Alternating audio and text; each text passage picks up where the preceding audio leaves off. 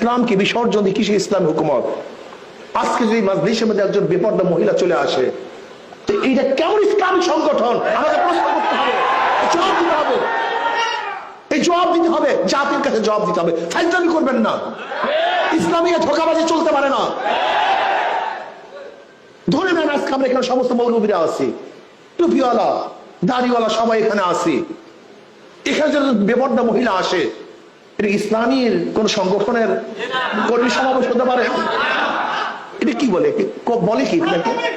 এটা কিসের ফাইজলামি? ইসলামকে বাদ দিয়ে কিসের ইসলাম? ইসলামী শব্দ বাদ দেন, মনে যা চাই করেন।